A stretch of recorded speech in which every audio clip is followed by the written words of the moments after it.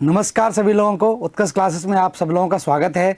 तो देखिए, खगोल विज्ञान वाला टॉपिक हम लेके चल रहे थे और खगोल विज्ञान में हमने पहले ब्रह्मांड की उत्पत्ति के बारे में बात की, फिर हमने सौर मंडल के बारे में चर्चा की और सौर मंडल में पृथ्वी के समेत हम सभी ग्रहों के बारे में विस्तार से पढ़ चुके हैं।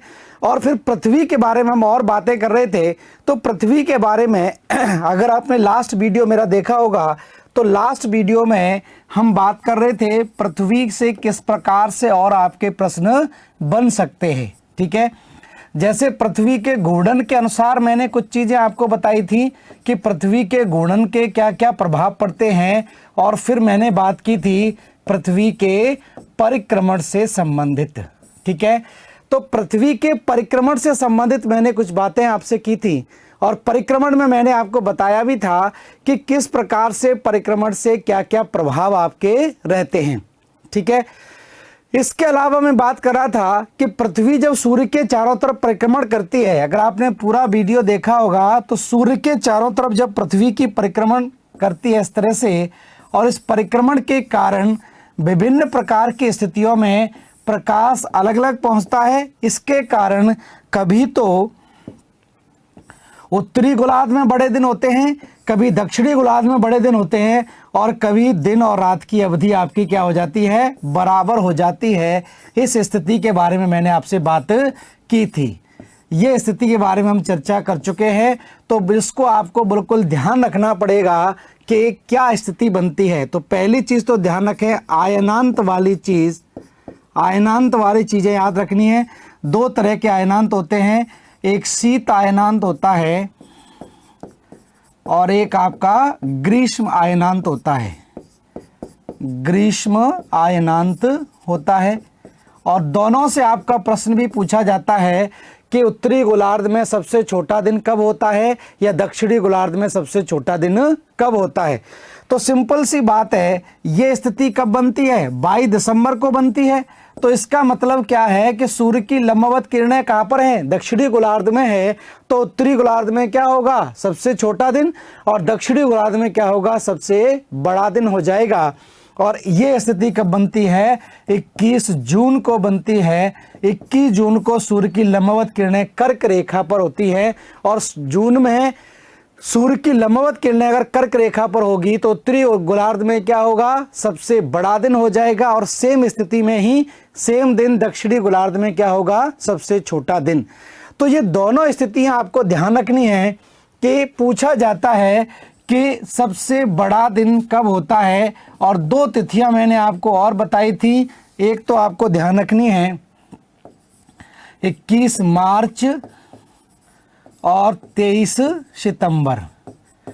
तो जब सूर्य की लंबवत किरणें भूमध्य रेखा पर पड़ती हैं, सूर्य की जब लंबवत किरणें भूमध्य रेखा पर चमकती हैं, तो दोनों गोलार्धों में दिन और रात की अवधि क्या हो जाती है, बराबर हो जाती है। इस घटना को क्या बोलते हैं, विषुव बोलते हैं, इक्विनोक्सिस इसको कहा जाता है। और इक्विनोक्सिस में मैंने आपको बताया था कि 21 मार्च को कौन सा विषुव होता है, बसंत विषुव होता है, और 23 सितंबर को क्या होता है, शरद विषुव होता है। ठीक है, मतलब 21 मार्च के बाद उत्तरी गोलार्ध में क्या होगा, बसंत ऋतु शुरू हो जाएगी, और दक्षिणी गोलार्ध में क्या होगा, पतझड़। और इसका जस्ट उल्टा कब हो जाएगा, 23 सितंबर को। तो 23 सितंबर को दक्षिणी गोलार्ध में बसंत की ऋतु शुरू होगी और उत्तरी गोलार्ध में पतझड़ शुरू हो जाता है। तो ये कुछ स्थितियां मैंने आपको बताई थी। अब इसके बाद देखिए कुछ बात हम करते हैं आगे। पृथ्वी और सूर्य का जो परिक्रमण होता है, जो पाथ है, परिक्रमण पाथ जो है वो पूरी तरह से वृत्ताकार नहीं है, वो कैसा है, दीर्घ वृत्ताकार है, या ये कहें एलिप्टिकल पाथ है। अगर पूरी तरह से वृत्ताकार पाथ होता तो पृथ्वी और सूर्य के बीच में दूरी हमेशा एक समान होती, लेकिन पाथ जो है वो पूरी तरह से कैसा है, वृत्ताकार नहीं है। इसके कारण स्थिति क्या बनती है कि एक दिन ऐसा आता है कि पृथ्वी सूर्य के सबसे नजदीक होती है, और एक दिन ऐसा आता है कि पृथ्वी सूर्य के सबसे दूर वाली स्थिति में होती है। अब इन्हीं घटनाओं को आपसे पूछा जाता है, क्या कहा जाता है, और अक्सर एग्जाम में पूछा जाता है कि अपसौर की घटना किसे कहते हैं और उपसौर की घटना किसे कहा जाता है। ठीक है, तो यहाँ पर देखिए हम बात करें इस स्थिति में तो पृथ्वी की स्थिति देखिए जान लेते हैं। ये मान लीजिए सूर्य है और पृथ्वी जब सूर्य के चारों तरफ परिक्रमण करती है तो एक स्थिति में क्या होता है कि पृथ्वी और सूर्य के बीच में न्यूनतम दूरी आ जाती है और एक स्थिति में पृथ्वी और सूर्य के बीच में अधिकतम दूरी आ जाती है। ठीक है, इस तरह से ये जो पाथ है वो आपका थोड़ा सा एलिप्टिकल है, इस तरह से है।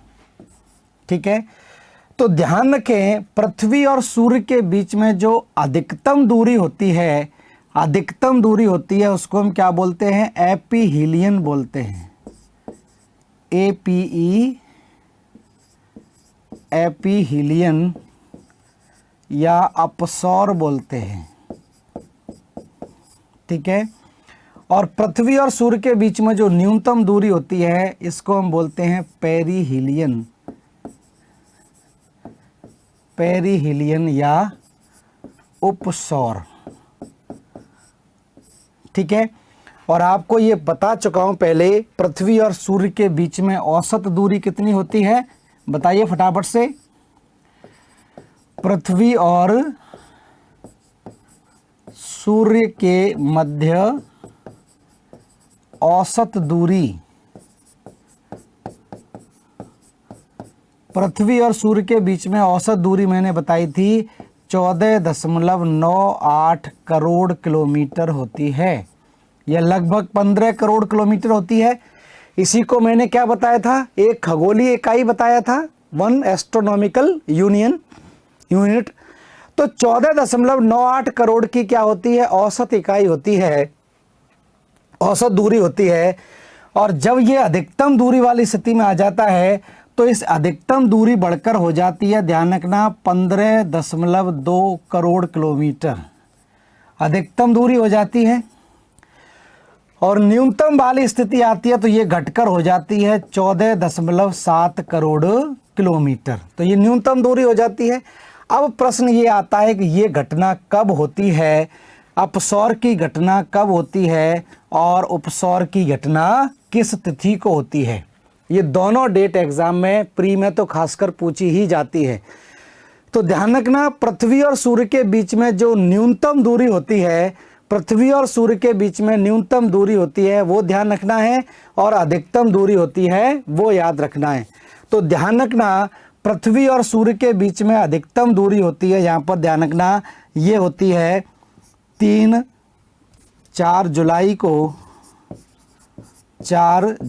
को, और न्यूनतम दूरी होती है, ध्यान रखना, 3 जनवरी को।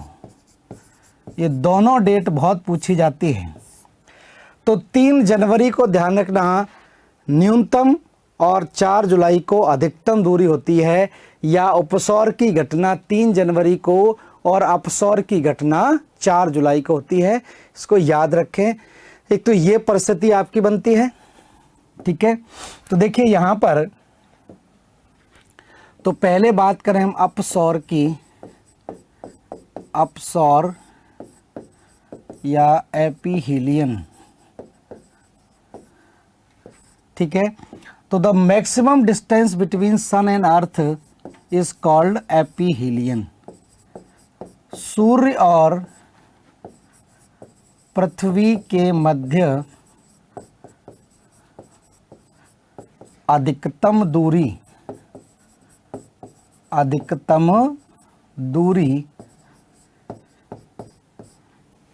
को अपसौर कहते हैं, अपसौर कहते हैं।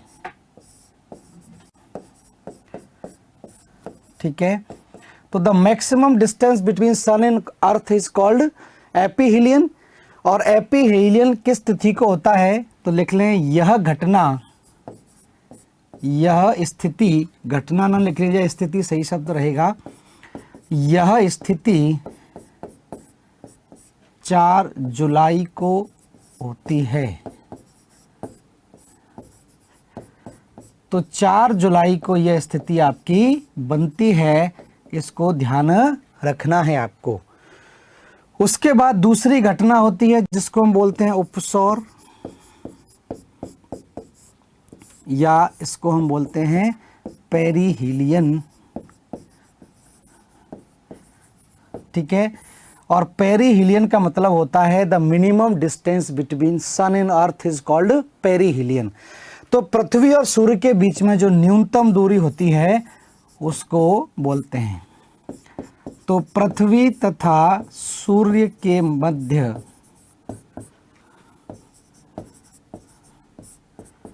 न्यूनतम दूरी, तो पृथ्वी तथा सूर्य के मध्य न्यूनतम दूरी उपसौर कहलाती है, उपसौर कहलाती है। और यह स्थिति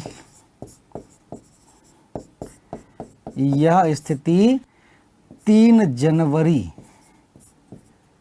को होती है। तो ये 2 तिथियां आपको याद रखनी है।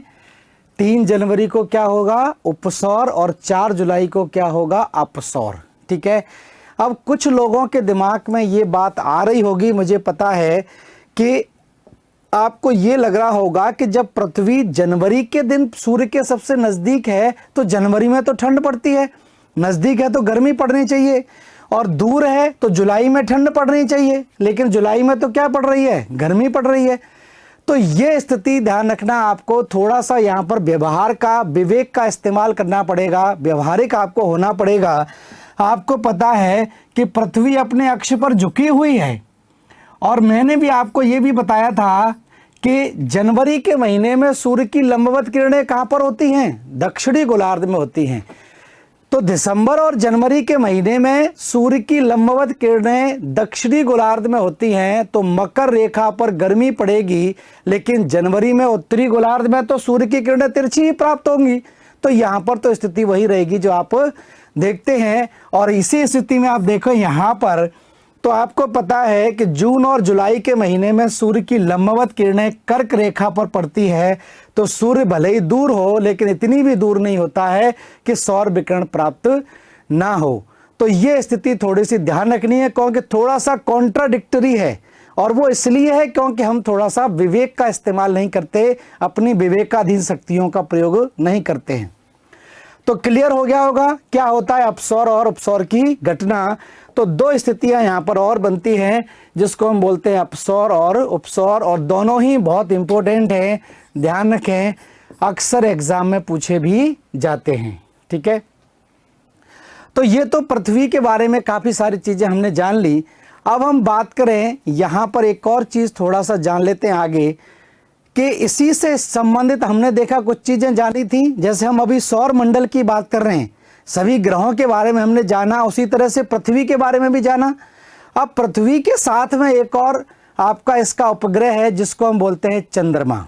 तो थोड़ा सा हम चंद्रमा के बारे में भी जान लेते हैं कि क्या क्या स्थिति, या ज़्यादातर प्रश्न आप जिससे बनते हैं आप इसको कर लेते हैं आसानी से, लेकिन कुछ चीज़ें हम जान लेते हैं। तो हेडिंग डाल लीजिए आप लोग, मून या चंद्रमा। ठीक है, तो देखिए मून या चंद्रमा की बात करें तो पृथ्वी का एकमात्र प्राकृतिक उपग्रह है, पृथ्वी का एक मात्र प्राकृतिक उपग्रह। ठीक है, तो it is the only natural satellite of earth, पृथ्वी का एकमात्र प्राकृतिक उपग्रह है। और पृथ्वी से कितनी दूरी पर स्थित है? तो ध्यान रखें, चंद्रमा तथा पृथ्वी के बीच की दूरी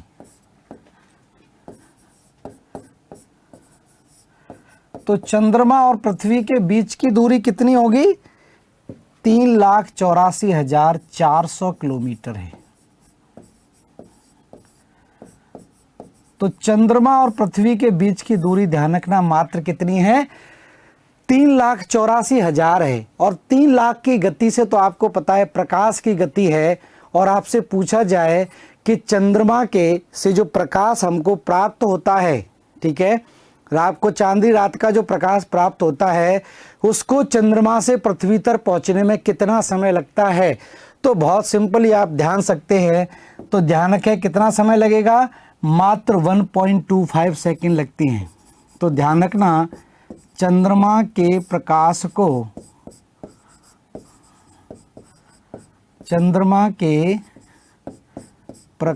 को पृथ्वी तक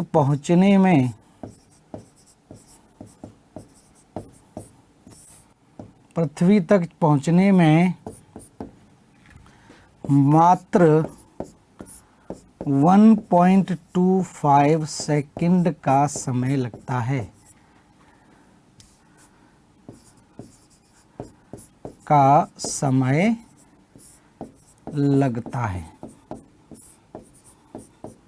ठीक है। तो मात्र 1.25 सेकंड में पहुंच जाता है और वापस भी पहुंच जाएगा तो कितना हो जाएगा, 2.5 सेकंड हो जाएगा। पृथ्वी तक पहुंचा और पृथ्वी से वापस फिर पहुंच गया तो 2.5 सेकंड हो जाएगा। तो ध्यान रखें, इस तरह से अगर प्रश्न पूछा जाता है, हालांकि मैंने कभी देखा नहीं, तो ध्यान रखें ऐसे प्रश्न कभी नहीं आते हैं। चंद्रमा, ध्यान रखें चंद्रमा का आकार पृथ्वी से लगभग 1/4 है, ठीक है। और अगर हम बात करें चंद्रमा के बारे में ही, तो चंद्रमा का गुरुत्वाकर्षण पृथ्वी के गुरुत्वाकर्षण बल का मात्र 1/6 है, ध्यान रखें, ठीक है। चंद्रमा का गुरुत्वाकर्षण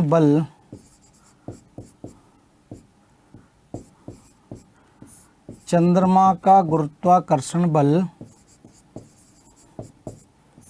पृथ्वी के गुरुत्वाकर्षण बल का 1/6 है, 1/6 है। मतलब पृथ्वी का पर अगर कोई व्यक्ति 60 किलो का है तो चंद्रमा पर उसका वजन मात्र 10 किलो का महसूस होगा, ठीक है। तो गुरुत्वाकर्षण बल इसका मात्र 1/6 है। और ध्यान रखना, चंद्रमा के अध्ययन को क्या बोलते हैं, चंद्रमा के अध्ययन की शाखा को सेलिनोलॉजी बोलते हैं, सेलिनोलॉजी, ठीक है। चंद्रमा के अध्ययन, तो the study of moon is called selenology. तो चंद्रमा के अध्ययन को हम सेलिनोलॉजी बोलते हैं, सेलिनोलॉजी आपको ध्यान रखना है, ठीक है। तो ये तो चंद्रमा के बारे में है। अब इसके बारे में कुछ चीज़ें और जान लेते हैं। जैसे जब चंद्रमा भी परिक्रमण करता है पृथ्वी के चारों ओर, तो एक स्थिति ऐसी आती है कि पृथ्वी, चंद्रमा जो है वो सूर्य के नज़दीक हो जाता है परिक्रमण करते समय, और एक स्थिति ऐसी आती है कि वो दूर हो जाता है। तो इसको हम बोलते हैं उपभू और अपभू। पृथ्वी के परिक्रमण करते समय ऐसी स्थिति बनती है। तो ये भी ध्यान रखें क्या स्थिति आपकी होती है। तो ये आपको पता ही है कि पृथ्वी का परिक्रमण कर रहा है, चंद्रमा किसके परिक्रमण करता है, पृथ्वी का। तो केंद्र में क्या होगी, पृथ्वी होगी। तो पृथ्वी का परिक्रमण जब ये करेगा चंद्रमा, तो एक स्थिति ऐसी आती है कि चंद्रमा पृथ्वी के नज़दीक होगा और एक स्थिति आएगी चंद्रमा पृथ्वी के दूर हो जाएगा, ठीक है। और ये स्थिति जो है जैसे हमने उसमें किया था उसी तरह के है। तो इसको हम बोलते हैं, दूरी को बोलते हैं एपोगी, ठीक है, और नज़दीकी को बोलते हैं पेरिगी। एपोगी और पेरिगी कहलाता है, अपभू और उपभू। ये स्थितियां जरूर ध्यान रखें, ये प्रश्न आपका बनता है यहाँ से इस स्थिति से लेकर, ठीक है। तो एपोजी की स्थिति का मतलब होता है पृथ्वी एवं चंद्रमा, पृथ्वी एवं चंद्रमा के मध्य अधिकतम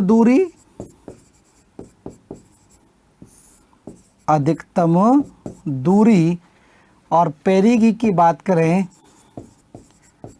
पृथ्वी एवं चंद्रमा के मध्य न्यूनतम दूरी,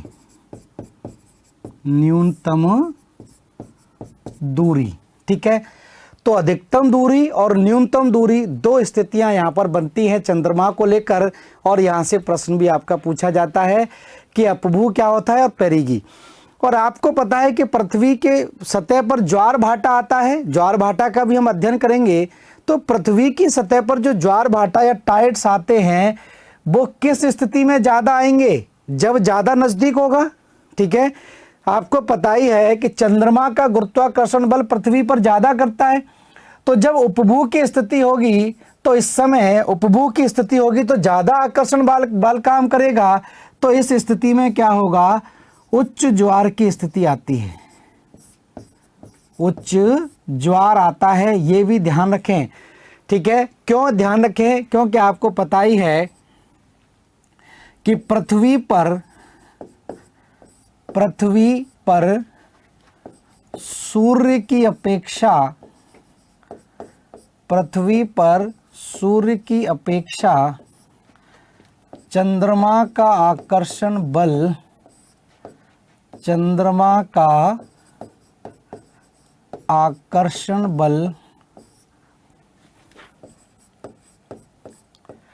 2.2 गुना लगभग अधिक लगता है।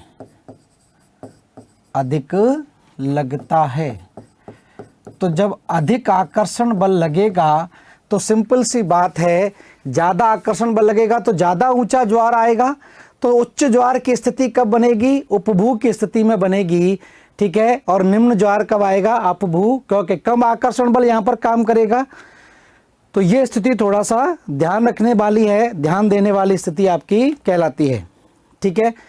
दूसरी हम बात करें, दूसरा इसी से जुड़े हुए कुछ और पार्टों को हम लेकर चलें। जैसे आपको पता होगा कि सूर्य और इसके स्थिति के बारे में अगर देखें, ठीक है, चलिए हम उसको बाद में पढ़ेंगे। कुछ और पॉइंट यहाँ पर जान लेते हैं। जैसे ये तो चंद्रमा के बारे में बात हो गई, फिर हम बात करेंगे ज्वार कैसे आता है, या किसको ब्लू मून कहते हैं, सुपर मून कहते हैं, ये भी कभी कभार ऐसे पूछ लेते हैं। तो ये थोड़ा सा ध्यान रखने वाली बात है, ठीक है। तो ये क्लियर है, ध्यान रखना। इसमें अपभू और उपभू ध्यान रखें। ज्वार भाटा जब हम पढ़ेंगे तो उसमें भी इसका नाम आएगा, क्योंकि नज़दीक होगा तो ज़्यादा आकर्षण बल काम करेगा, तो ज़्यादा ऊंचा ज्वार यहाँ पर बनता है, ठीक है। अब अगली स्थिति की देखिए बात करें तो ये तो बात हो गई सौर मंडल में हमने ग्रहों की और उपग्रहों की बात कर ली। अब इसके अलावा हम बात कर रहे थे कुछ ऐसे ग्रह, जैसे क्षुद्र ग्रह तो आपने जान लिए थे। क्षुद्र ग्रह क्या होते हैं, एस्टेरॉइड, इसके बारे में तो हमने बात कर ली कई बार। एक बार एक लाइन और लिख लेते हैं साथ में ही, क्षुद्र ग्रह। तो क्षुद्र ग्रह की देखिए हम बात करें तो क्षुद्र ग्रह में देखिए इस यहाँ पर, तो ये मैंने आपको बताया था कि मंगल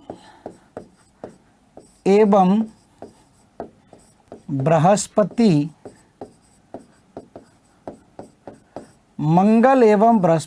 के मध्य परिक्रमण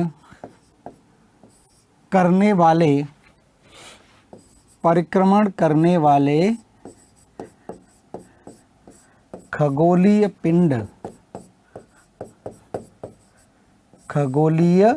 पिंड क्षुद्र ग्रह या एस्टेरॉइड्स कहलाते हैं। क्षुद्र ग्रह या एस्टेरॉइड्स कहलाते हैं, ठीक है। तो एक एस्टेरॉइड बेल्ट पाई जाती है, जैसे ये सूर्य हो गया और सूर्य के नज़दीक यहाँ पर बुध है, बुध के बाद शुक्र है, पृथ्वी है, पृथ्वी के बाद मंगल है, और मंगल के बाद यहाँ पर बृहस्पति है।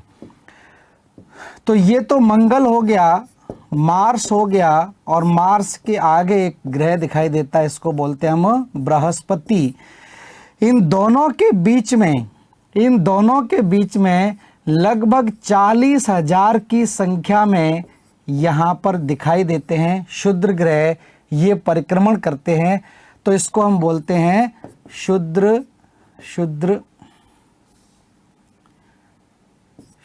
ग्रह पेटी या एस्टेरॉयड बेल्ट।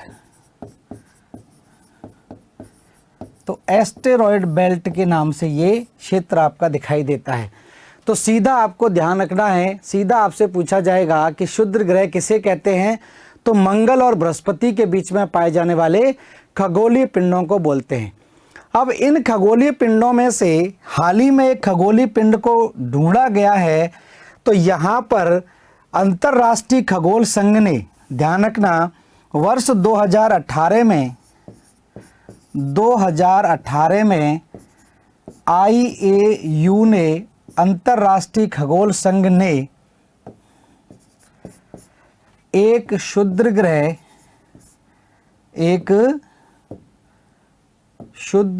का नाम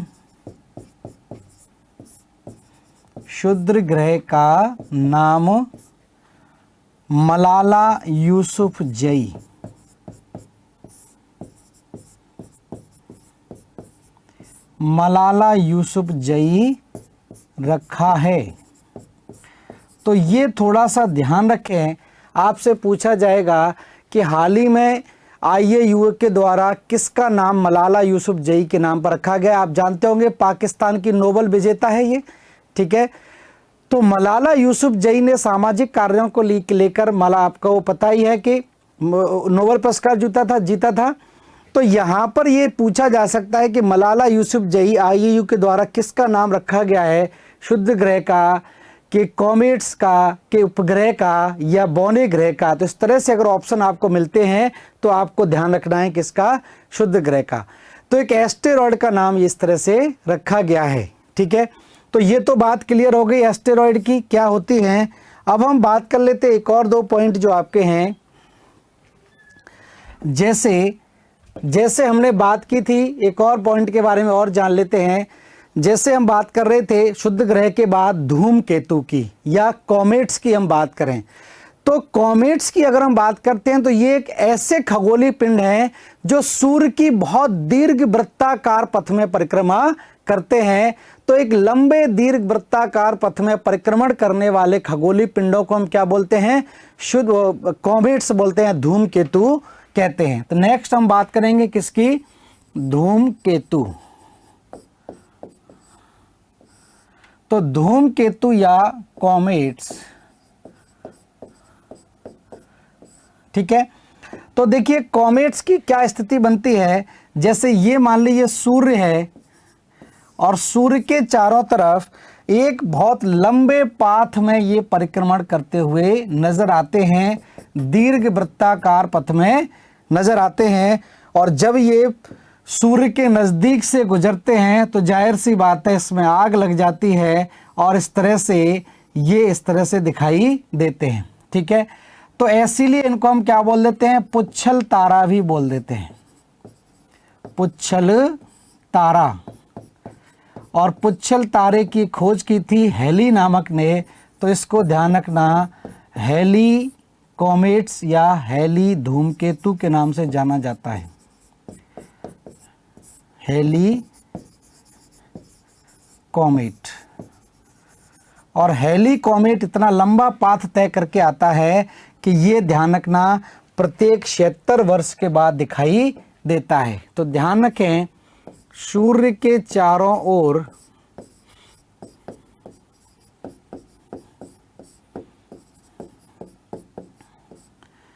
एक लंबे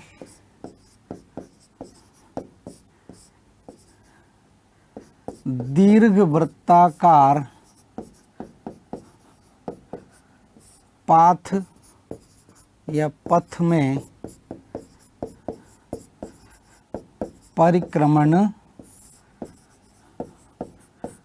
करने वाले खगोलीय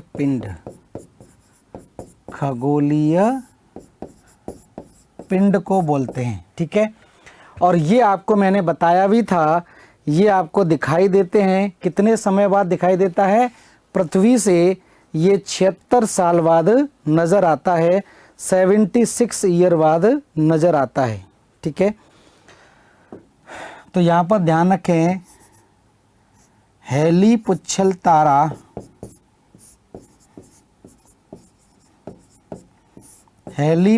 तारा पृथ्वी से प्रत्येक 76 वर्ष बाद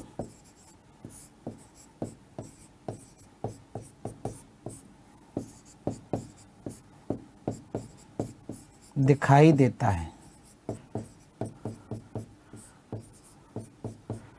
तो 76 साल बाद ये नज़र आता है, इतना लंबा पाथ कवर करता है, 76 साल के बाद ये फिर से दिखाई देने लगता है। ठीक है, तो इस तरह से देखिए ये कुछ इनकी बात हम करते हैं।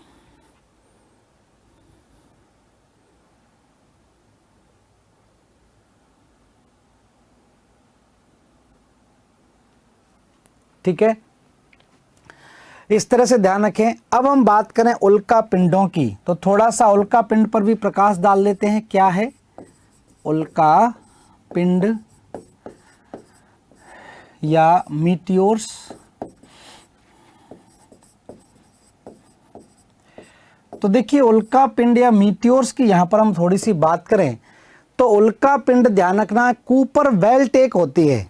जैसे हमारा सौर मंडल है, जैसे पृथ्वी सूर्य का अपना सौर परिवार है, ये सब सूर्य हो गया, और सूर्य के चारों तरफ हम देखें मंगल हो गया, मरकरी हो गया, वीनस हो गया, अर्थ हो गया, मार्स हो गया, जुपिटर हो गया, सैटर्न हो गया, यूरेनस हो गया और नेपच्यून आपका हो गया। इस तरह से ये जो खगोलीय पिंड यहाँ पर नज़र आते हैं, मरकरी, वीनस, अर्थ, मार्स, जुपिटर, सैटर्न, यूरेनस और नेपच्यून। अब जैसे ही नेपच्यून की स्थिति खत्म होती है तो यहाँ पर एक और बेल्ट नज़र आती है। इस तरह से एक खगोलीय पिंडों की, चट्टानों की, बर्फ के टुकड़ों की यहाँ पर एक इस तरह की बेल्ट नज़र आती है। इस बेल्ट का नाम रखा गया है कूपर बेल्ट। Cooper belt. तो कूपर बेल्ट क्या होती है? इन उल्का पिंडों का भंडार होती है। ठीक है, जैसे यहाँ पर तो आप जान गए, यहाँ पर क्या था, यहाँ पर तो एस्टेरॉयड बेल्ट थी।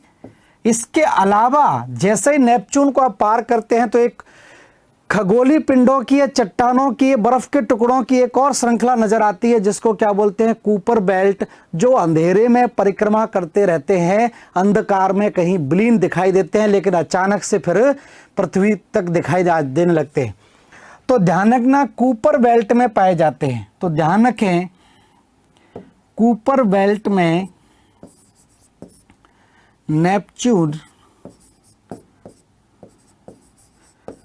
नेपच्यून के बाहर उल्का पिंडों की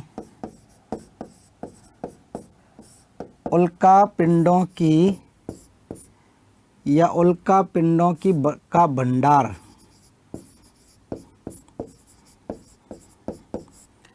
पाया जाता है। ठीक है, और जब पृथ्वी के आकर्षण बल, या ये लिखना, ये खगोलीय पिंड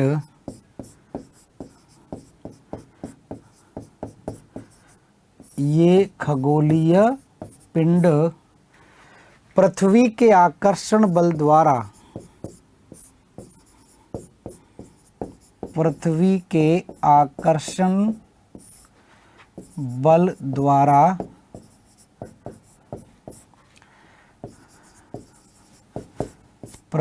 के वायुमंडल में प्रवेश कर जाते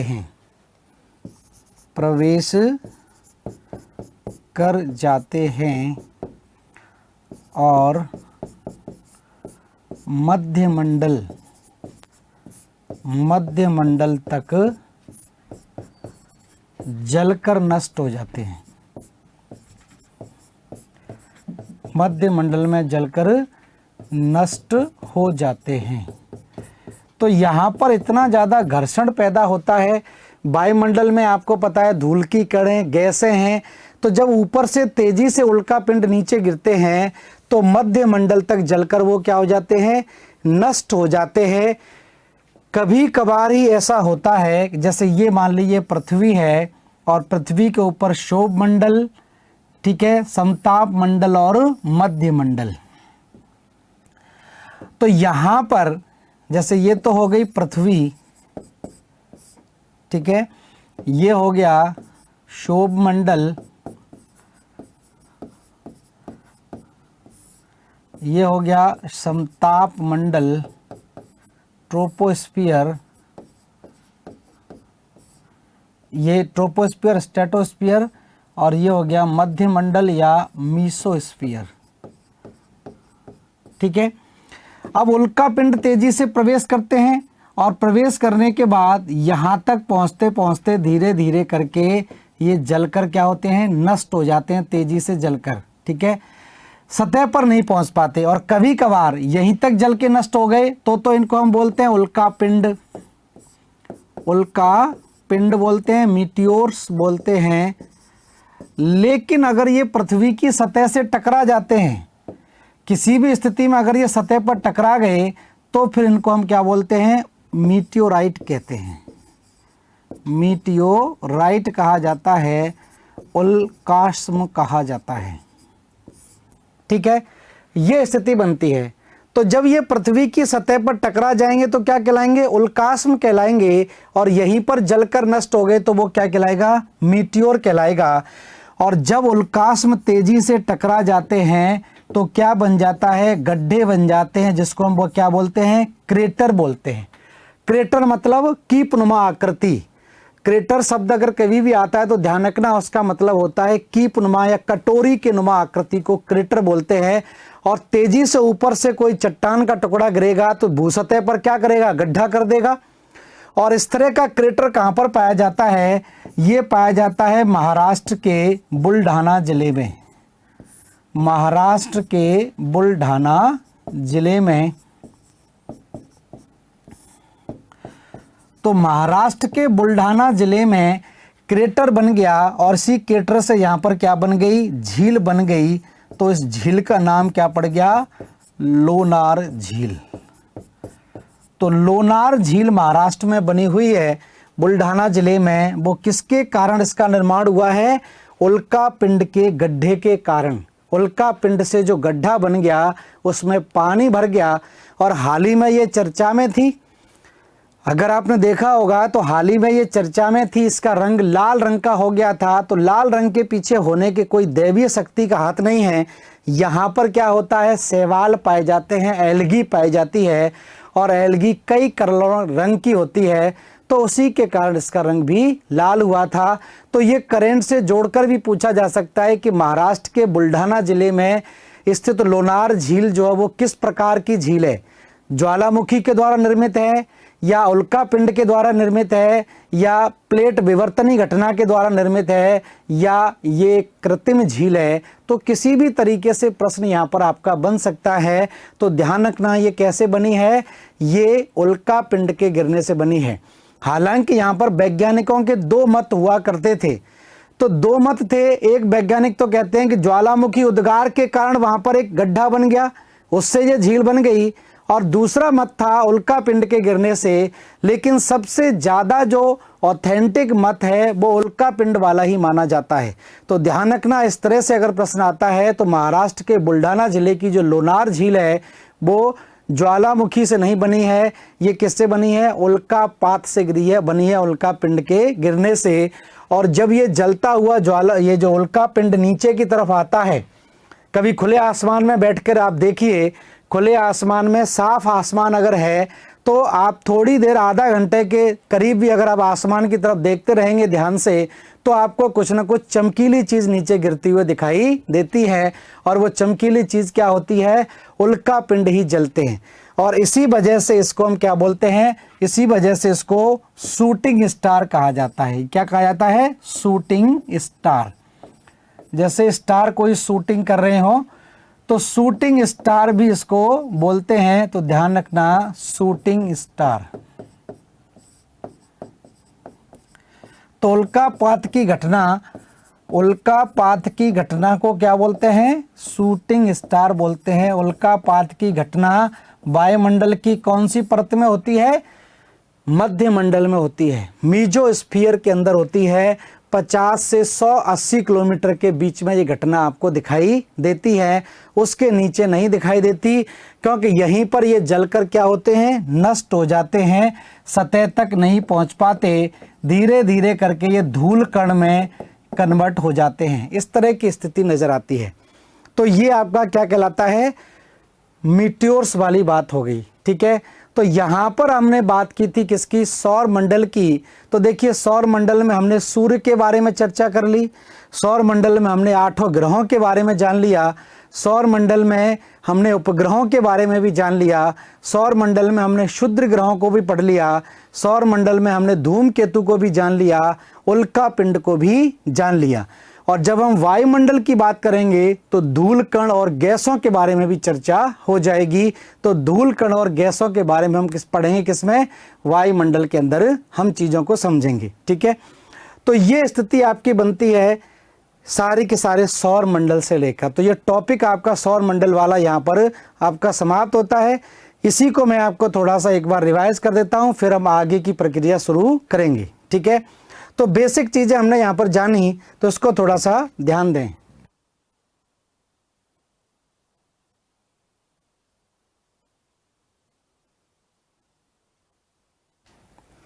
तो देखिए ये स्थिति मैं आपको बता रहा था सौर मंडल वाले पार्ट से। तो देखिए मैं इसको एक बार आपको रिवाइज कर दूं, पूरा का पूरा पार्ट शुरुआत से ही मैंने आपको बताया था कि चीजें आपको किस तरह से अरेंज करनी है और मुख्य परीक्षा के हिसाब से भी इनको जानना है। तो ये तो बेसिक चीजें आप ध्यान रखें। शीत आयनांत क्या होता है, ग्रीष्म आयनांत क्या होता है, बसंत विषुव क्या होता है या शरद विषुव क्या होता है, ये बेसिक चीजें आपको ध्यान रखनी है। उसके बाद एक और चीज में ये आपका अपसौर और उपसौर वाली घटना भी आपको बताई थी। तो इसमें हमेशा कंफ्यूजन में गलत हो जाता है, पता सबको रहता है, रटे रहते हैं हम लोग, लेकिन फिर भी गलत हो जाता है। तो इसको थोड़ा सा ध्यान से डायग्राम बना के आप कर लेंगे।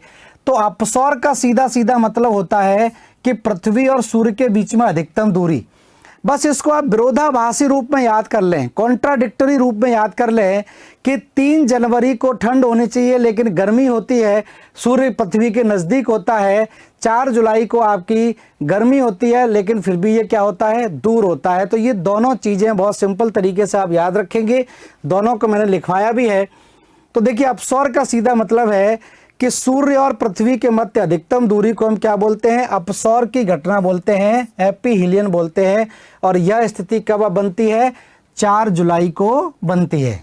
ठीक है, उसके बाद उपसौर की मैंने बात की, तो उपसौर की घटना को हम क्या बोलते हैं? पेरिहीलियन। और पृथ्वी और सूर्य के मध्य की न्यूनतम दूरी को हम क्या बोल देते हैं? उपसौर बोलते हैं। और यह स्थिति कब बनती है? 3 जनवरी को बनती है। तो यहां पर जो डेट्स आपकी आई थी उन डेट्स को थोड़ा सा आप याद रखें। ठीक है, कुछ ही डेट हैं और इन्हीं से आपसे पूछे जाती है। जैसे 22 दिसंबर की हमने बात की, जैसे 21 जून की हमने बात की। ठीक है, 21 मार्च की बात होती है, 23 सितंबर की बात होती है। ठीक है, और इसके साथ में ही 4 जुलाई और 3 जनवरी, ये कुछ तिथियां आपको याद रखनी है और इन्हीं से प्रश्न भी आपके बन जाते हैं। अगर 22 दिसंबर की बात होती है तो ध्यान रखना इस दिन क्या होता है? दक्षिणी गोलार्ध में सबसे बड़ा दिन होता है। 22 दिसंबर को ध्यान रखना दक्षिणी गोलार्ध में सबसे बड़ा दिन। ठीक है, और इसी दिन क्या होता है? उत्तरी गोलार्ध में सबसे छोटा दिन। उत्तरी गोलार्ध में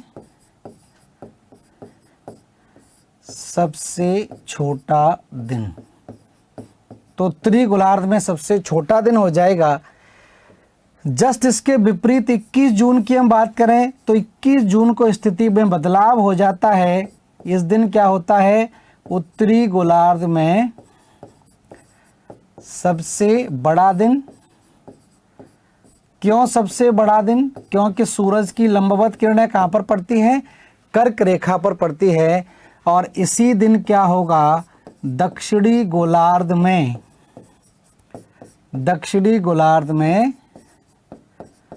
सबसे छोटा दिन। दोनों ध्यान रखना, पूछ लेते हैं, ठीक है। तो कभी कभार तो उत्तरी गोलार्ध में सबसे छोटा दिन कब होता है, या ये पूछ लेंगे दक्षिणी गोलार्ध में सबसे छोटा दिन कब होता है। 21 मार्च की स्थिति आती है तो इसमें मैंने बताया था, इसको हम क्या बोलते हैं, बसंत विषुव बोलते हैं, बसंत विषुव। और इस स्थिति में NH लिख देता हूँ, नॉर्दर्न हेमिस्फीयर, और SH मतलब साउदर्न हेमिस्फीयर, उत्तरी गोलार्ध और दक्षिणी गोलार्ध। तो उत्तरी गोलार्ध में तो इसमें बसंत ऋतु शुरू हो जाती है, बसंत ऋतु, ठीक है। लेकिन दक्षिणी गोलार्ध में क्या होता है, पतझड़ शुरू हो जाता है। इस समय दक्षिणी गोलार्ध में पतझड़ शुरू हो जाता है। और यही स्थिति सेम बदल जाती है कहाँ पर, 23 सितंबर को। तो 23 सितंबर को ध्यान रखना, नॉर्दर्न हेमिस्फीयर में क्या हो जाता है, पतझड़ शुरू हो जाता है। पेड़ पौधे पत्ते गिराना शुरू कर देते हैं, पतझड़ शुरू हो जाता है। और दक्षिणी गोलार्ध में क्या होता है, इस तिथि को बसंत शुरू हो जाता है। दोनों तरीके से ध्यान रखें। 4 जुलाई को मैंने बताया था, 4 जुलाई की स्थिति को क्या होता है, 4 जुलाई को ध्यान रखना अपसौर की घटना होती है। और 3 जनवरी को क्या होता है, उपसौर की घटना होती है, ठीक है। इंग्लिश में भी ध्यान रखें, जरूरी नहीं है कि आपको हिंदी में ही लिखा मिल जाए, एपीहीलियन और पेरीहीलियन, ठीक है। तो एपीहीलियन का मतलब है पृथ्वी और सूर्य के बीच में अधिकतम दूरी, और पेरीहीलियन का मतलब होता है सूर्य और पृथ्वी के बीच में न्यूनतम दूरी, ठीक है। फिर मैंने बात की थी पृथ्वी के एकमात्र उपग्रह की, जिसको हम बोलते हैं चंद्रमा या मून, ठीक है। इसके बारे में ये फैक्ट तो सब जानते ही हैं, कितना दूरी है, कितना प्रकाश को पहुंचने में समय लगता है, कितनी रेडियस है, कितना गुरुत्वाकर्षण है, इस तरह से फैक्चुअल चीज़ें आप जानते ही हैं। लेकिन जानने वाली महत्वपूर्ण चीज़ आपकी ये है कि ये 2 स्थितियां बनती हैं। ये भी पृथ्वी के चारों तरफ क्या कर रहा है, परिक्रमण करता है। तो पृथ्वी का परिक्रमण करते समय एक स्थिति ऐसी आती है कि पृथ्वी और सूर्य के बीच में पृथ्वी और चंद्रमा के बीच में अधिकतम दूरी हो जाती है। और इस अधिकतम दूरी को क्या बोलते हैं, अपभू बोलते हैं। और पृथ्वी के सूर्य के बीच में न्यूनतम दूरी हो जाती है, इसको क्या बोलते हैं, पृथ्वी और चंद्रमा के बीच में न्यूनतम दूरी को हम क्या बोलते हैं, उपभू बोलते हैं। और उपभू की स्थिति में ज़्यादा आकर्षण बल काम करेगा तो ज्वार कैसा आएगा, उच्च ज्वार आएगा। तो दैनिक ज्वार या उच्च ज्वार आपका है वो उपभू की स्थिति में ही आता है। तो ये स्थिति आपकी बनती है। और फिर उसके बाद हमने बात की थी कुछ और सौरमंडल के सदस्यों की, जैसे क्षुद्र ग्रह है। और क्षुद्र ग्रह आप जानते ही हैं, मंगल और बृहस्पति के बीच में पाए जाने वाले खगोलीय पिंडों को कहा जाता है। फिर हमने बात की थी धूमकेतु की। और धूमकेतु जो है बहुत लंबी दूरी तय करके आता है, तो ये जलने लगता है, तो इस तरह से इसकी पूंछ बन जाती है। तो धूलकण, ठीक है, इसके 3 पार्ट बन जाते हैं। एक कहलाता है नाभि कहलाता है, ये नाभि, ये कहलाता है कोमा, और ये कहलाता है पूंछ। तो पूंछ इसकी किसकी बनती है, बर्फ के टुकड़ों की या धूल कण की पूंछ बन जाती है, धूल के कणों की पूंछ बनती है। तो ये जब सूर्य के आकर्षण शक्ति में आता है तो जलने लगता है, और जलने के बाद इस तरह की स्थिति यहाँ पर नजर आती है, ठीक है। और यहाँ पर एक हेली कॉमेट करके खोजा गया था, जो ध्यान रखना 76 वर्ष बाद दिखाई देता है, 76 ईयर बाद ये नजर आता है पृथ्वी से, ठीक है। फिर हमने बात की थी किसके बारे में, हमने बात की थी उल्का पिंडों के बारे में। तो हमने एक बेल्ट तो जान ली थी जिसको हम बोलते हैं एस्टेरॉयड बेल्ट।